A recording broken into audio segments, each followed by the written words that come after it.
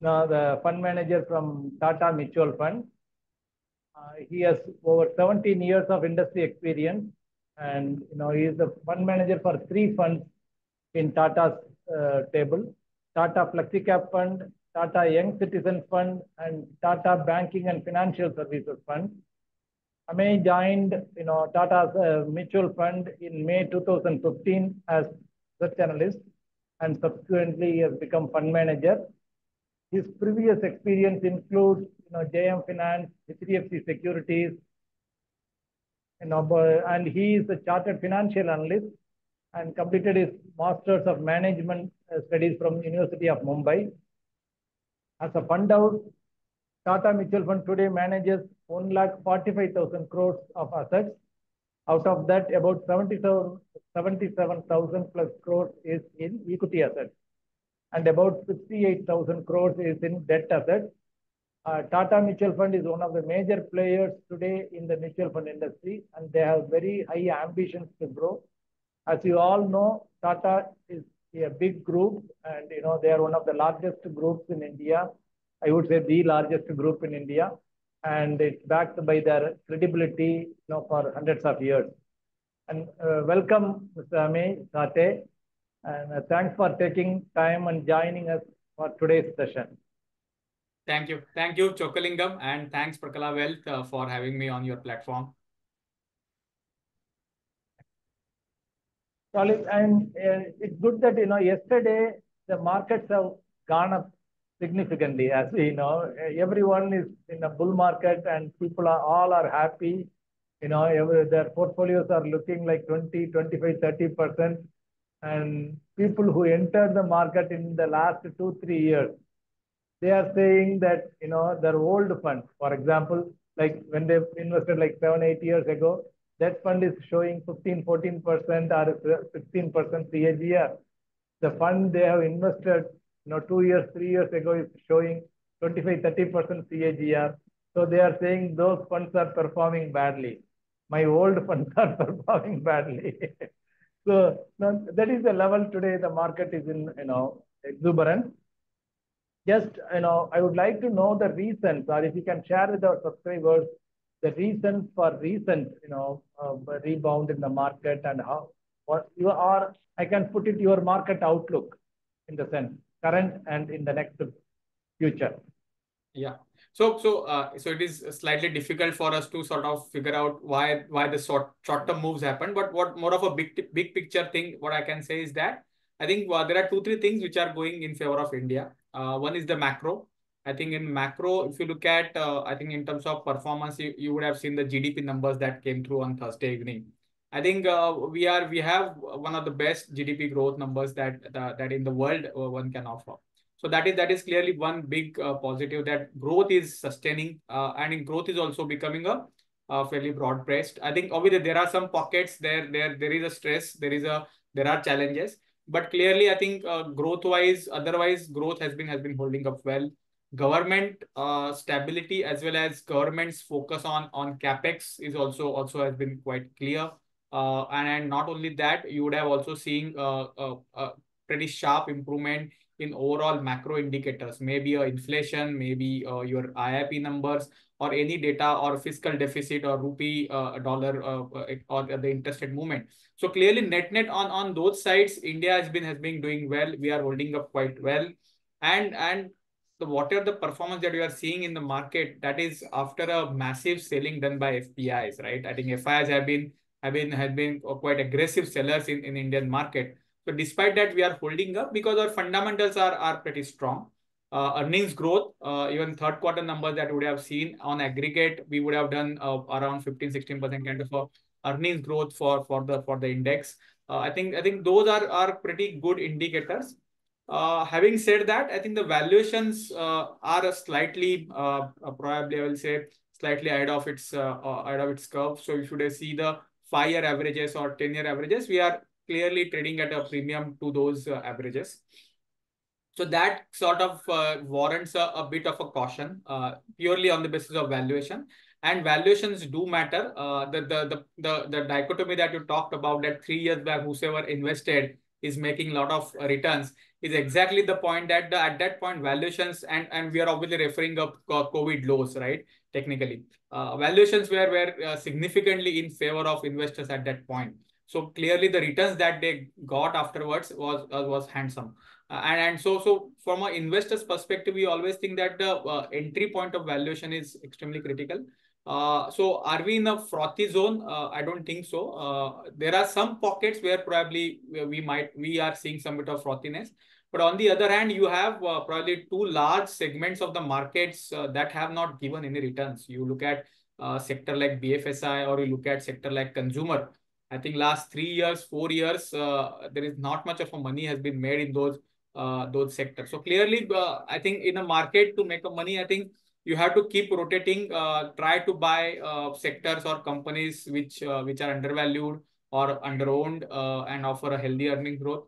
And obviously try to sort of reduce your weightage to some of the sectors or some of the companies which look overvalued, or which have or which probably are overowned also in a way. So that is the game. Probably that is the way one can sort of try to create a sustainable returns from an investor's perspective.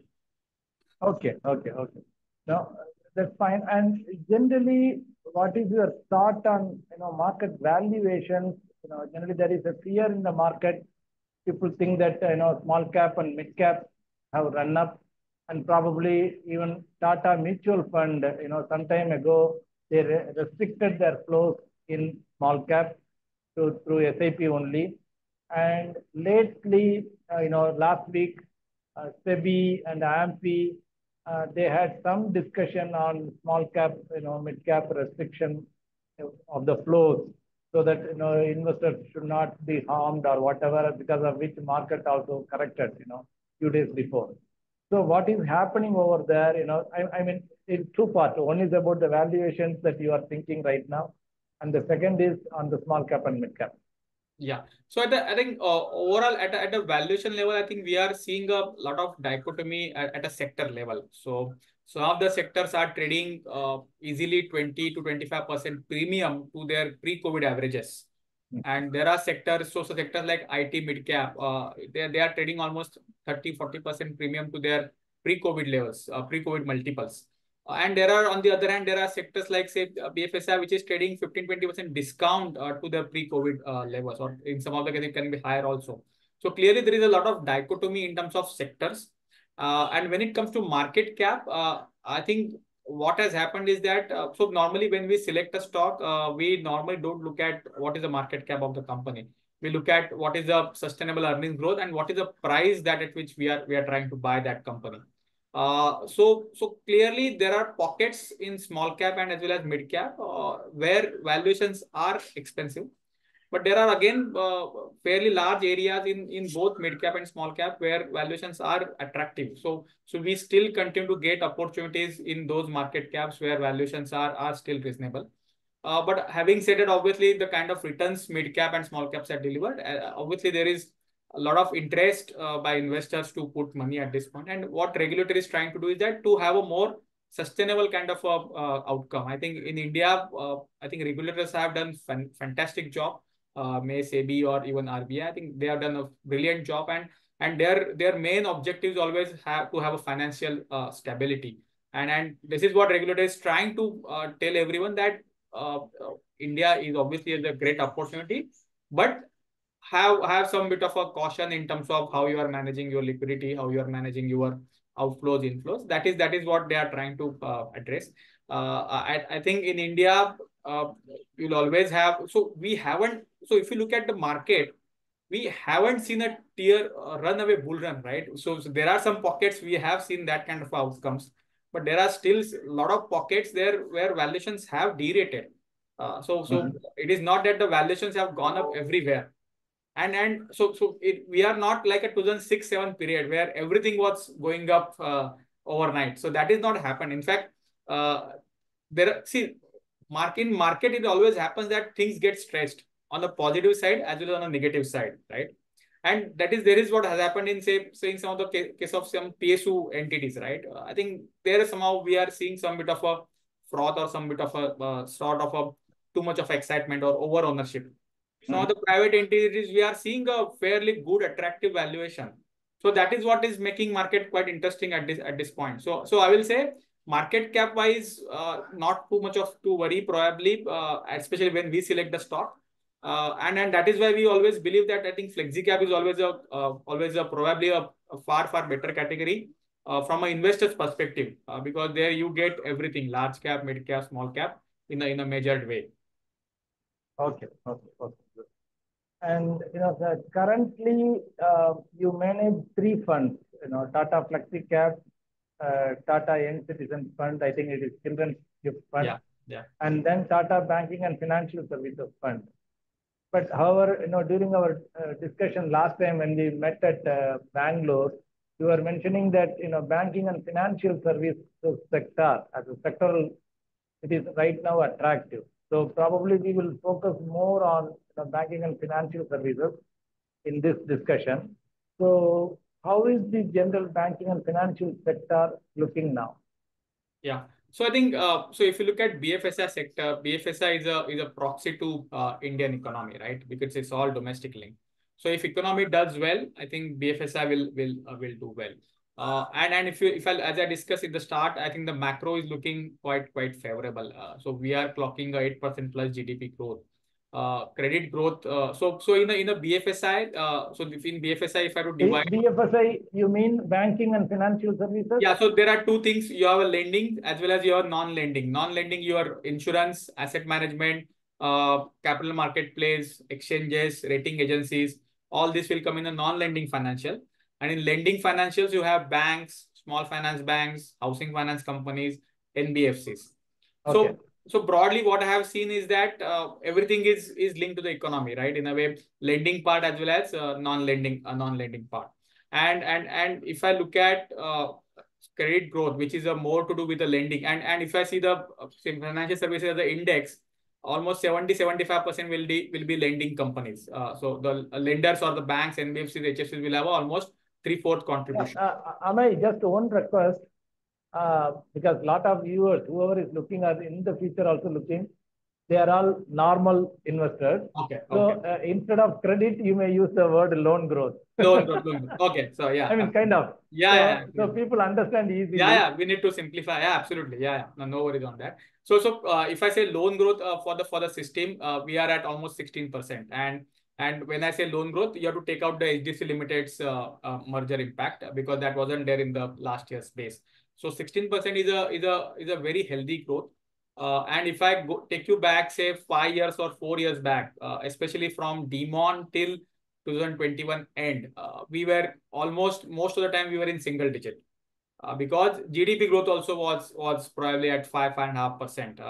And as GDP growth improves, your loan growth also improves. So we are doing 8% of real GDP growth, add 4%, 4.5% of inflation, and normally system is 1.2 to 1.4x of nominal GDP growth.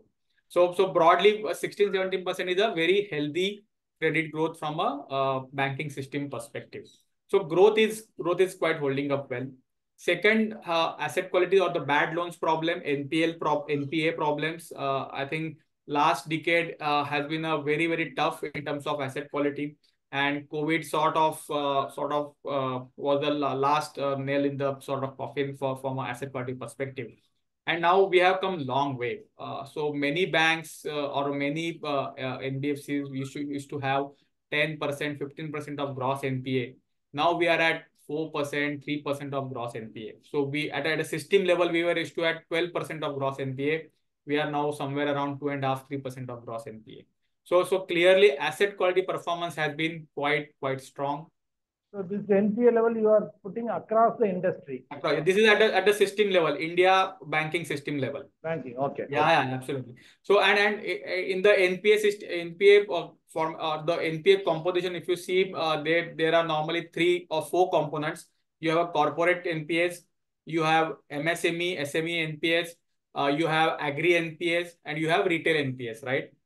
Agri NPAs are normally weather driven. You have a good monsoon, you tend to have a better asset quality, and vice versa. So last year has been slightly tough on agri, and you would have seen in case of say rural stress or rural or the FMCG companies numbers in rural have been quite weak.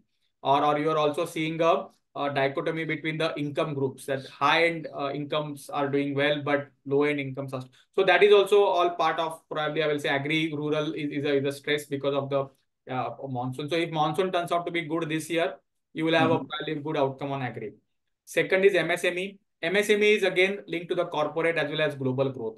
And there things are okay. Obviously, there could be some pockets where if say global growth slows down, some areas of say textiles might suffer, or so those dynamics will always be there. But on a net, till the economy is doing well, I think MSME is also holding up quite well. Corporate loans and RBI gives a lot of data points on corporate loans. Corporate loans are large corporate loans, say having a more than 1,000 crore or 500 crore of borrowing. That is how one can define as a corporate loan.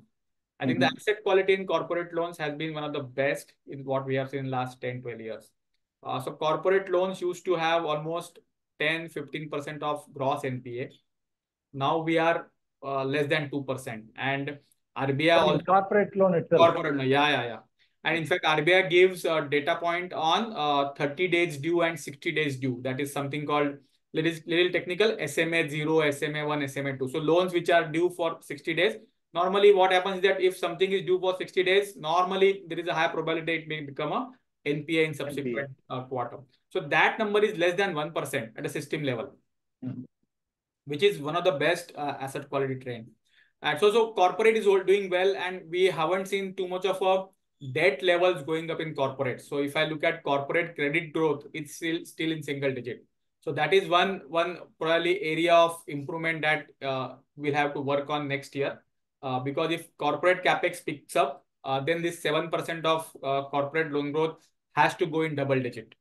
And then that will make overall credit growth a lot more balanced. See, right now what is happening is that retail is still driving the bulk of credit growth.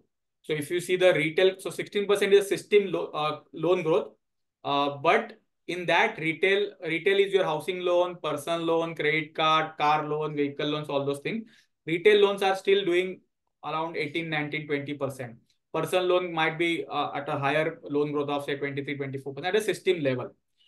But in retail also, when we look at bounce data, so what happens in retail, one good indicator is what are the check bounces. Normally we give post-dated checks, right? Or we have a ECS mandates, right? For when we take a loan from a bank or from a HFC, our account is debited on a monthly basis.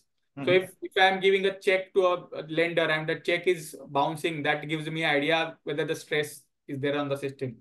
That check bounce data is now almost 2018 or 2017 period levels. So that check bounce data went up like this during COVID. Now it is again coming down. Okay. So retail asset quality also is holding up, and recent RBI actions that you would have seen on unsecured retail, right? They normalized, or I will say increase the risk weights. That is also a good reminder to the lenders, right? That don't go overboard on anything. I think, and the third point I will say, so asset quality is now no issue. There will always be a sort of cyclical gyrations between margins. Some companies will do good on margins. Some companies will go through a margin pressure. So what has happened in last 2 years is that whichever company or whichever bank, HFC, NBFC had a floating rate loan book, they saw a margin expansion, because when rates went up, your loan book sort of immediately reprices itself. Immediately in the sense with a lag of say 3 to 6 months, but it's quite faster. But on your deposit side, the repricing is slower. So you saw pretty decent margin expansion coming through for a lot of banks, especially which have a floating rate loan book. On the other hand, some of the NBFCs or some of the banks which have a large fixed rate loan book, they went through a period of margin correction, because that fixed rate loan book takes time to reprice. Correct. Yeah. But how is it true that deposits from banks are being taken away by mutual funds? Is it true? Do you see that figure? No. So see, what happens is that if I'm an individual investor, okay, I have my savings account with X bank. I put money with your mutual fund, for example. But you are going to put money somewhere. The money is still in the system, right? Yeah. Money is not moving out of the system. Money is still in the banking system. But they are not getting, at 7% or 6% interest rate. So there could be some fight for fixed deposit rates, Yeah. But money is not going out of the system. So I will say it's slightly misnomer or fallacy that mutual funds are eating into banks' deposits. There could be issue that mutual funds might be sort of eating into insurance sales, because it's an investment product, right? So Yeah.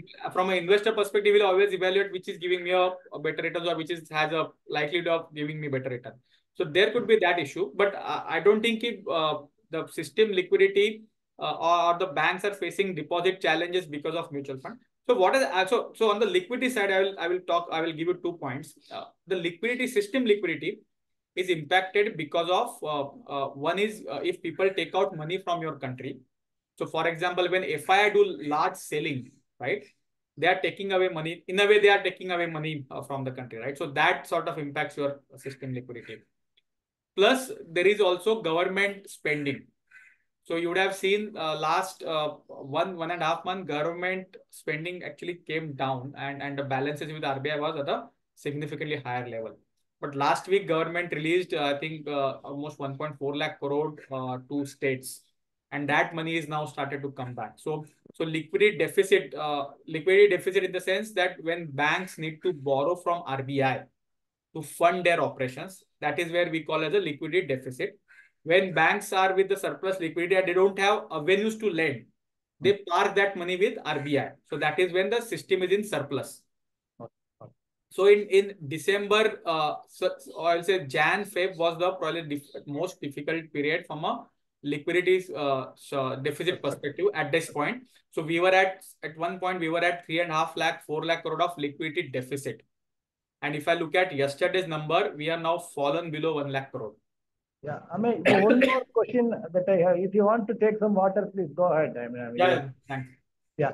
The one more question I have is like now earlier banking sector, when we talk about banking financial services, it's only just banks, public sector banks, private sector banks, and some NBFCs. But today, as you rightly said, the sector has grown into insurance companies, mutual fund, asset management companies, fintech companies, microfinance, lot of things have come in. Yeah. So what would be the percentage at a sectoral level?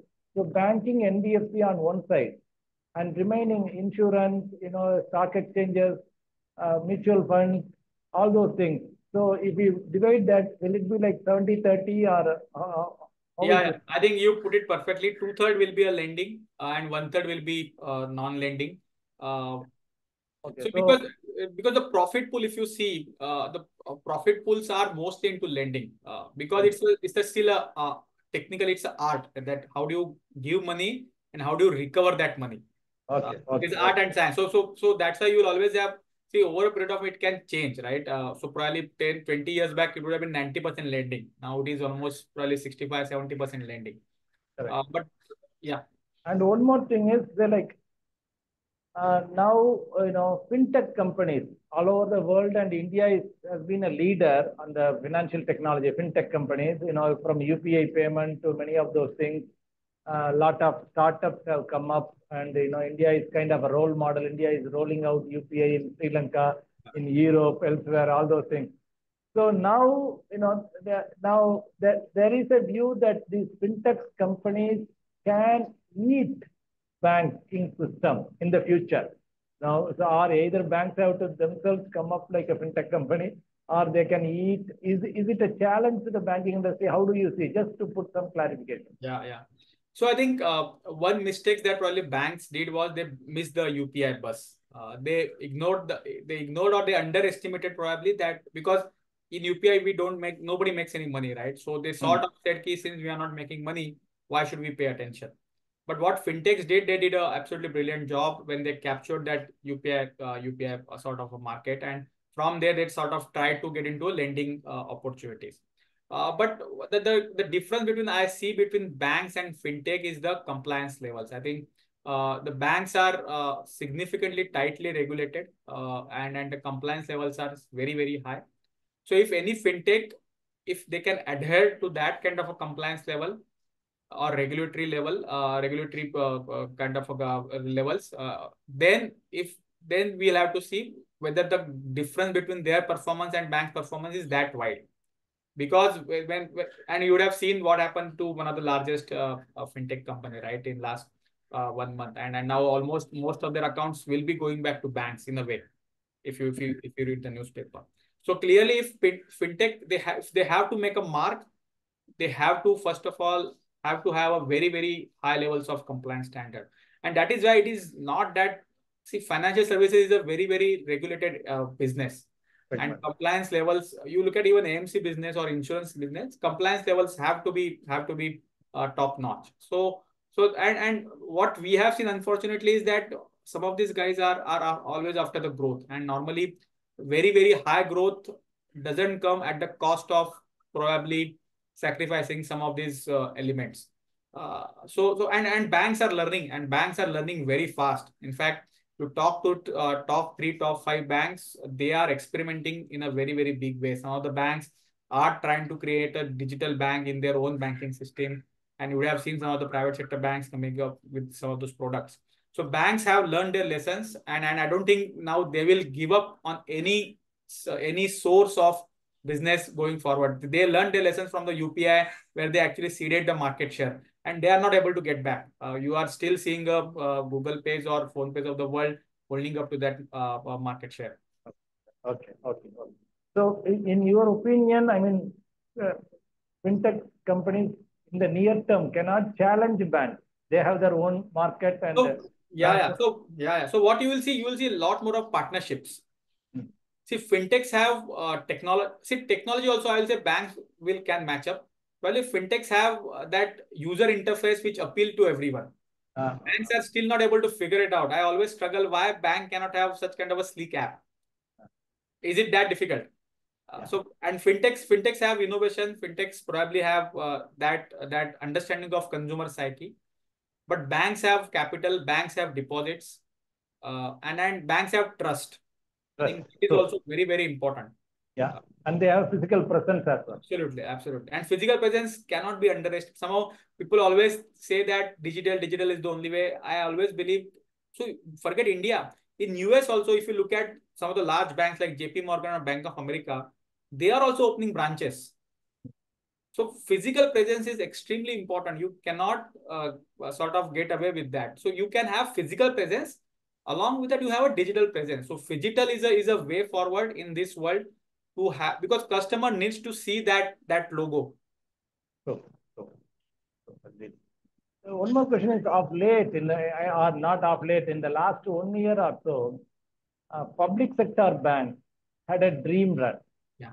All the stocks and across the board, not only banking and other things also, particularly banking had a dream run. What is the outlook going forward?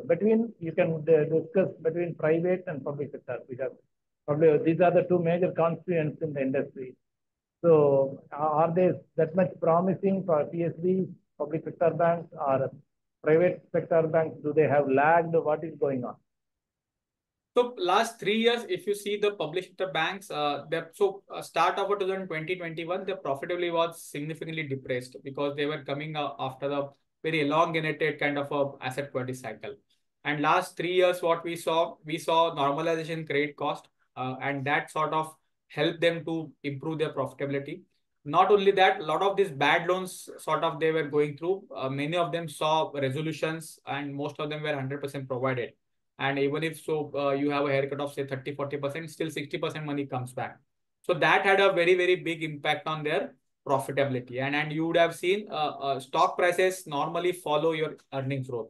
So the largest PSU bank was doing 3,000-4,000 crore of annual profit, and now they are doing 50,000 crore of annual profit. So clearly there is a jump in profitability. So you can justify the stock price movements. I don't think there is any irrational exuberance. So there could be a pockets of tier 2, tier 3 PSU banks which are trading at 5 times, 6 times price to book.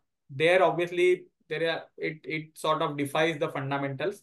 But the frontline PSU banks, I think the stock price performance is a reflection of the kind of earnings growth that they have done in last 3-4 years. Okay. So that is what happened in the past. going forward, our sense is that, so one of the biggest driver of this profitability improvement, apart from the margin improvement, which they showed because of repo rate increase, is the credit cost remaining very low. And credit cost has started to normalize.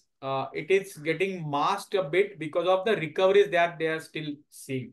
So large corporate recoveries are still happening, which are 100% provided.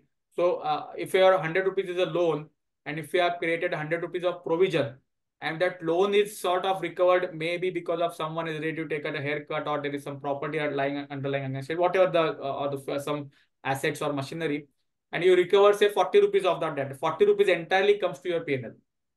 So that kind of a benefit that they had. Yeah, this happened with entire banking system, especially those corporate heavy banks. Even private sector banks also, there are few names which benefited out of those recoveries. So next year, FY25, probably we may not see this kind of a strong recoveries coming through. So, and added to that, you will also see a profitability, you also see a credit cost normalization. So which means there could be some bit of a pressure on overall ROA.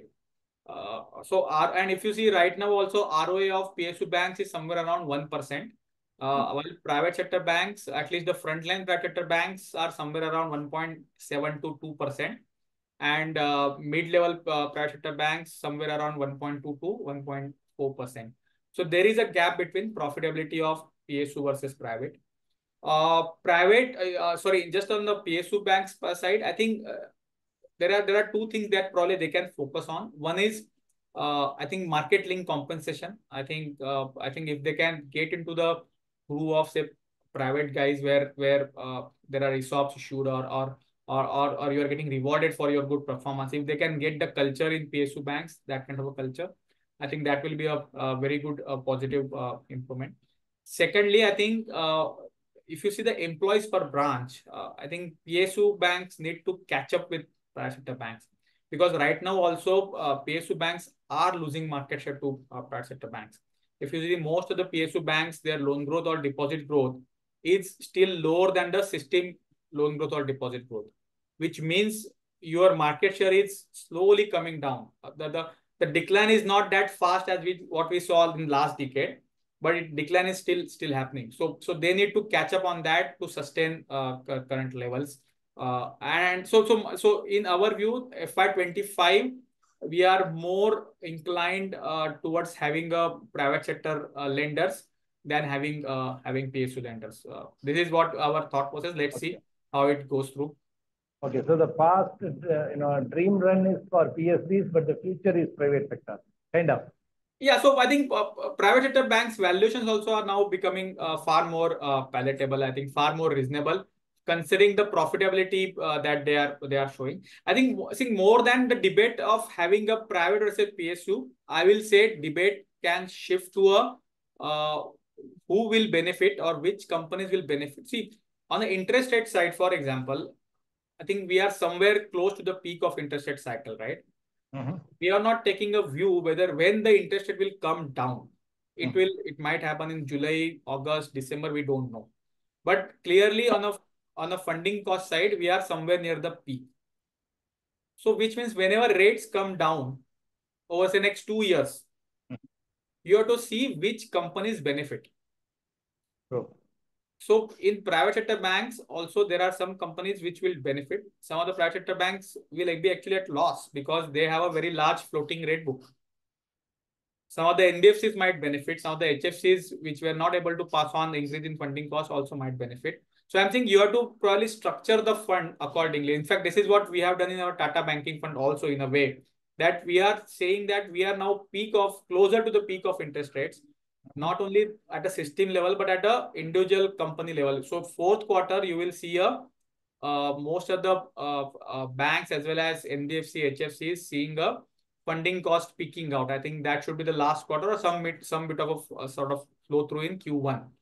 But after that, logically, they shouldn't be seeing a increase in funding cost, which means whenever, and on the other hand, your loan pricing has started. So if you have fixed rated book, your disbursement still. So normally loan is on your book, disbursement is your fresh loan, technically.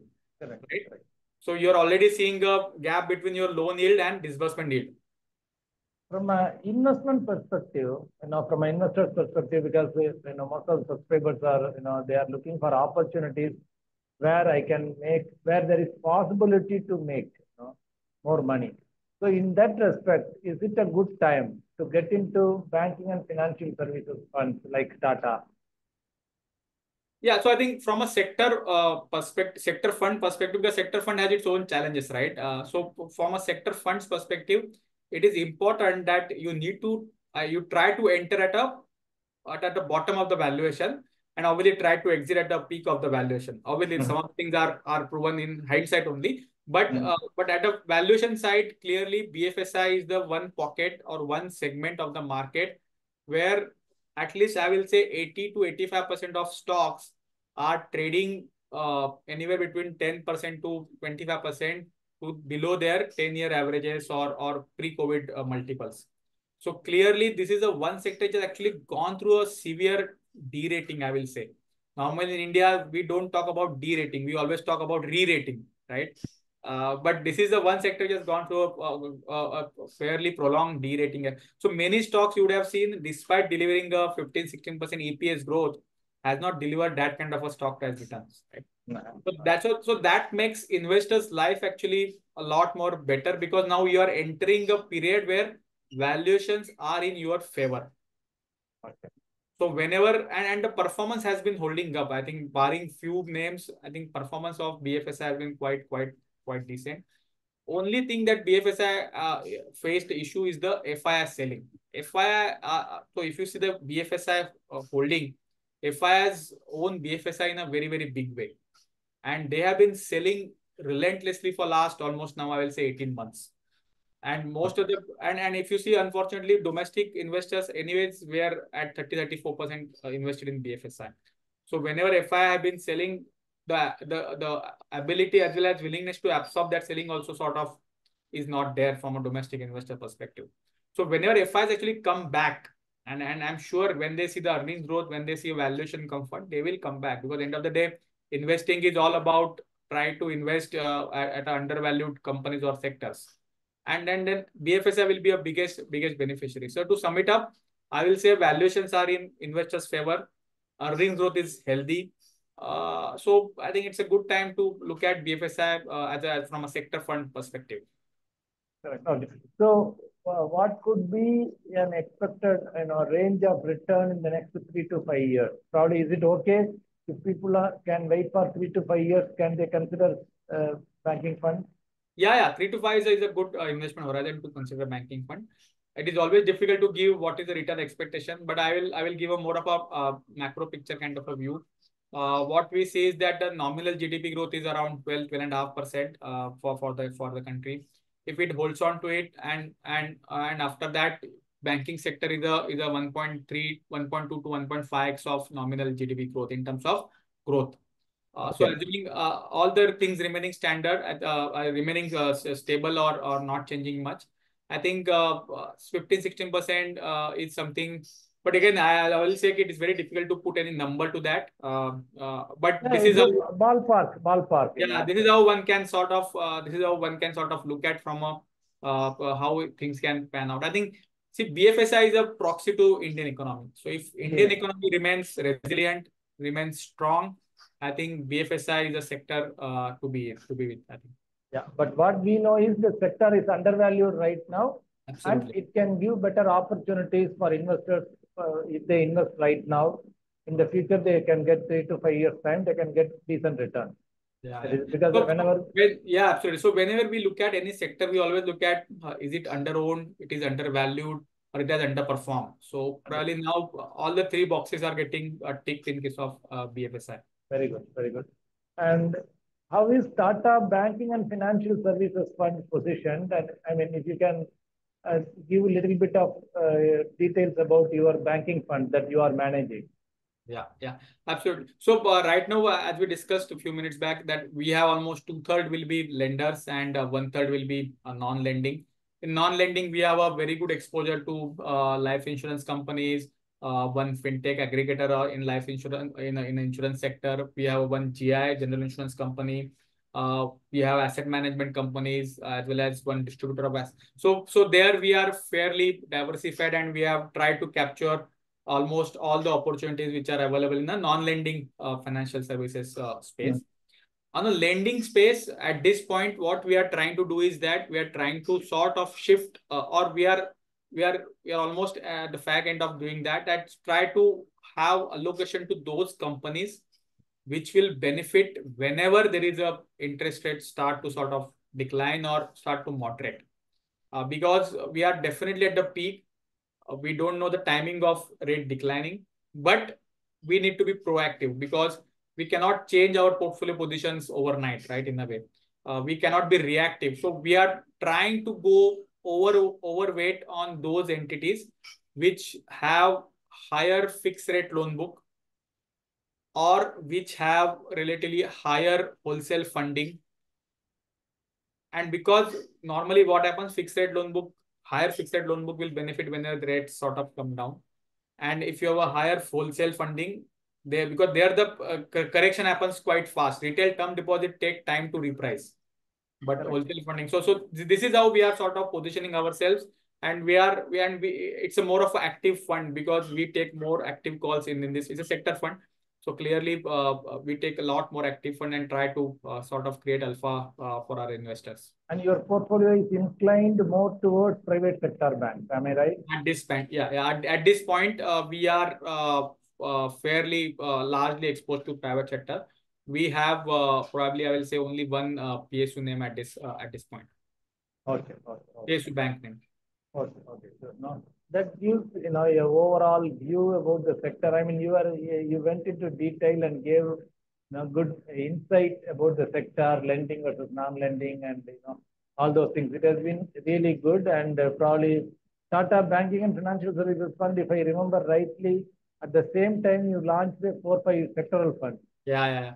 So we had something called Own a Piece of India, where we launched all the sector funds. Digital fund, energy fund, banking, financial services, all those things. Yeah, consumer. Really, and many of those funds have performed quite well. Many of those funds, all of those funds, including Tata Banking and Financial Services, they have performed quite well in the last 7-8 years since its introduction, and that has been great. And just we are, we will. I have just one more question, personal question, and then probably we may move into Q&A. Your hobbies, interest in sitting in Mumbai, what are you doing when you get free time? Yeah. So I think good part about our profession is that we end up meeting a lot of people. So that is a very interesting part, that we meet people like you also, like on a distribution side, and we also meet our investing companies. So that thing, that is a true joy of probably being in the profession, that you get to meet a lot of brilliant minds and a lot of brilliant founders, entrepreneurs, or the managements. And it's really enjoyable to have conversations with all of them. In terms of hobbies and all, I think obviously I follow a lot of football. So weekends are always looking forward to, especially English Premier League and sometimes European football during midweek. And I also do a lot of reading. I thought the Maharashtrians are more cricket-oriented people than football. For an exception. Okay. No, but I like football. So I've been following the sport for almost now 20-21 years now. Wow. Okay. 2001, I started following when Real Madrid had all those Galacticos coming through. And Manchester United was at peak of its success. So that also probably teaches a lot of things, in a way that success is never a permanent thing. So, and we have to work hard. So clearly football is, so I like the sport because of its, I think it's passion that people have. And also it's a truly, it's human. So it's a sport that sort of personifies like human minds can be, the skill can be significantly stronger than your skill set. When you see a lot of small teams beating big teams just purely on the back of their willingness to run hard, willingness to put up. So I enjoyed watching that sport and tracking it also. Great. Amey, probably just give me 10-15 seconds. I will get into the chat box and see if there are any questions. Yes, sir.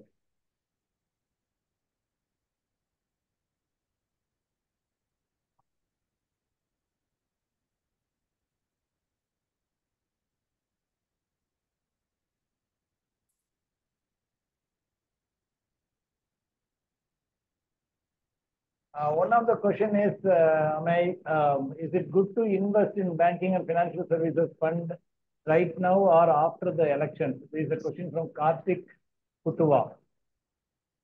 So I think it is a good time to, you can spread out your investments over the next 3 to 6 months if you feel like election is an important trigger. I think definitely election is an important trigger. I'm not saying that. Assuming if there is any unexpected turn in the election outcome.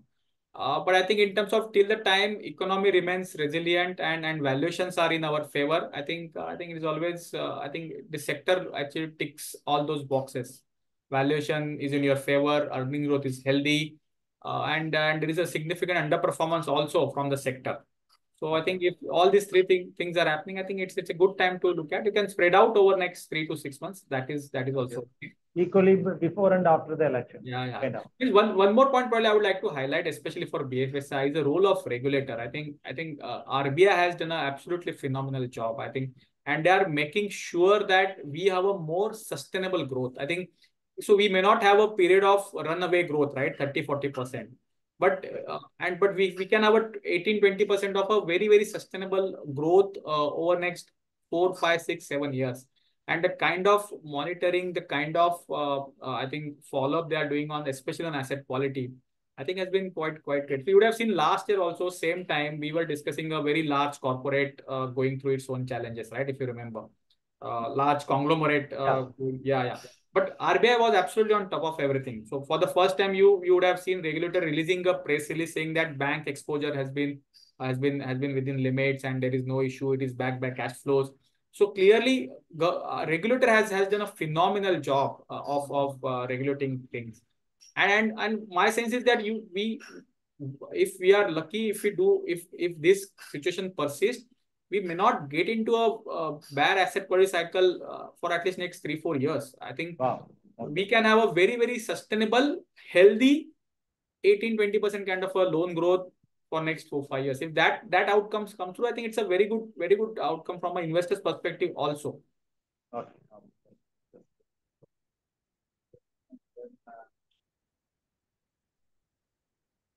So the another question is, now small cap is very much high. Is it the time to withdraw the amount and put the amount to large cap mutual fund? I think I always believe that if you see the last 20 years averages of market, we are somewhere around 16-17% versus last 3 years average is more than 20-25%, right? So which means if long-term average is 16-17% and short-term is, the gap is this much, so at some point of time gap will come down, right? Either because of time correction or some other issues. So investors probably can reduce some of their expectations. That is how I will say. Obviously, if we get more returns, we are not going to say no to that, right? But don't have that last 3-4 years spectacular returns if you would have seen. If you're coming because of that expectation, I think temper it down, moderate it, be a little bit cautious. There is no harm being in cautious. As you said, funds which were invested in 2013-14 are giving you 14-15. So that is a more sustainable long-term returns is what investors should focus on, rather than focusing last 3 years we have made this much, so I have to make this much over. It doesn't work like that, right? End of the day, ROEs are not changing that fast. ROE of any company is not changing that fast, right? So that is a very important element that investors should focus on. That is, I always believe that you can always go for a category which doesn't have any market cap restrictions, right? So that is always better way to invest. Okay, yeah. Sure. There is a question, I don't know. What about 2GO finance? I mean, individual stocks NAV are not answering. I don't know that. Okay, then is PSB overvalued right now? No, PSU banks are not overvalued. Actually, especially the frontline PSU banks, they don't seem to be overvalued. There could be some overvaluation in tier 3 kind of a PSU banks where government ownership is 97-98%, float is low. There you are seeing a 5 times, 6 times price to book. The frontline PSU banks are reasonably valued. That much I can say. It is just that the question that who will have a better profitability over the next 2 to 3 years. Sure. And this is Shruti Ramanathan. What is your view on theme-based funds as NFOs, which are in the market when compared to traditional things like CFSI funds, large cap funds, mid cap, Nifty index, etc.? So NFO investing is like a IPO investing for us, right? So I always a bit of cautious in the sense you can always wait for 2, 3 quarters, 3, 4 quarters. What is the fund manager's philosophy? What is the fund house's philosophy? What is their investment framework? I think understand that, and then one can always see market. Anyways, we are our investment horizon at 15, 13, 14, 15 years or 18, 20, whatever. So if one has such a long term horizon, then waiting for 6, 9 months or 12 months, there is no harm in that.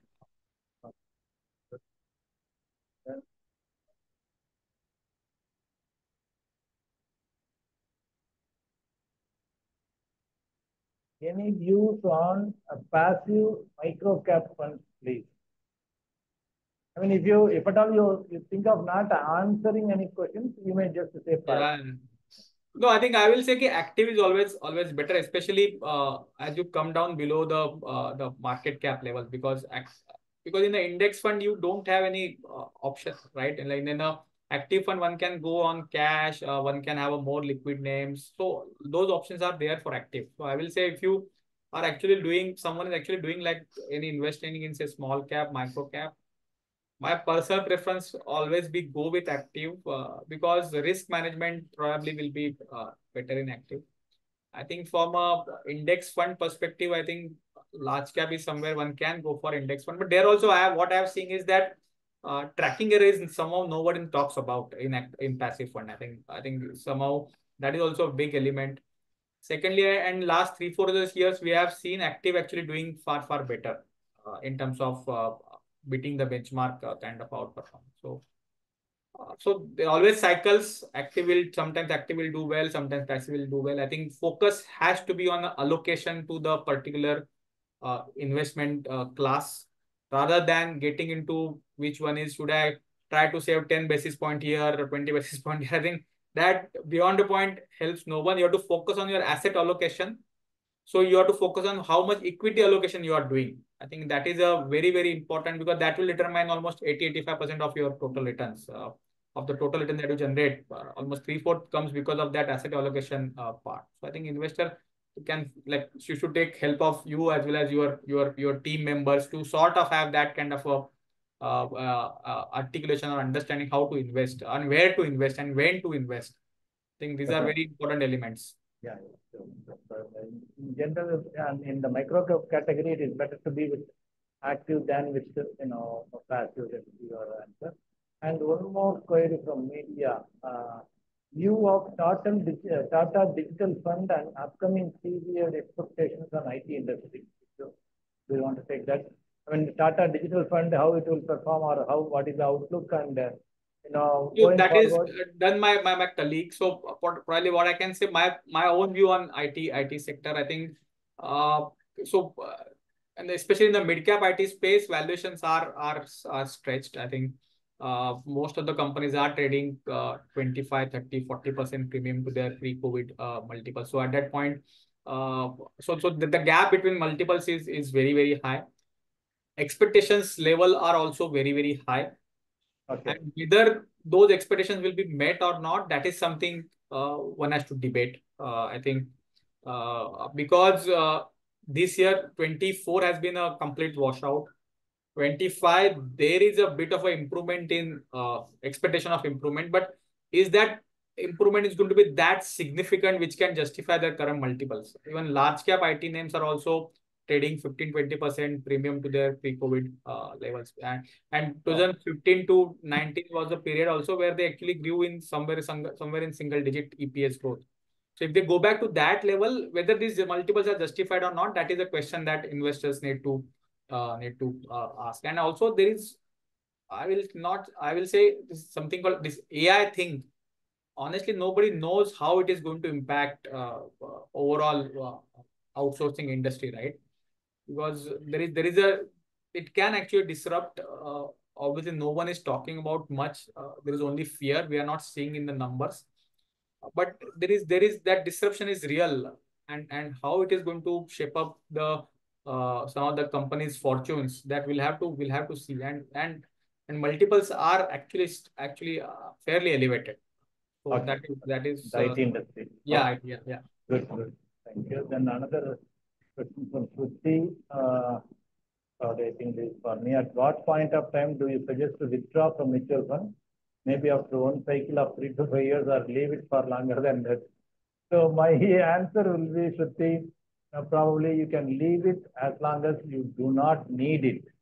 Withdraw only when you need it. This is not a fixed deposit product that every 3 years, every 5 years you have to withdraw and then reinvest. Don't do that. Compounding should work for you. Compounding will work better in the longer term. So as long as you don't need, just forget the fund. Let it be there. With that, Amey, thank you very much for your time here and, sharing your knowledge and insights on the banking and financial sectors with our subscribers. Probably the same thing will be in right now. It is, being streamed live in YouTube. Later, it will be in our channel as a recorded video. It will be there automatically immediately after we finish this. Your viewers can, take benefit out of it. And thanks on a Saturday, we always keep on a Saturday, sorry for that, so that more people can join. So thank you for joining us on a Saturday and, on your free day. And probably next time when you are here in Chennai or elsewhere, we'll let us meet up. Huh? Yeah, absolutely. Thank And you. thanks for having me here. It was pleasure talking to you and taking all the questions. Many thanks. Thank you. Thanks. Bye. Let me just stop the recording. Yeah.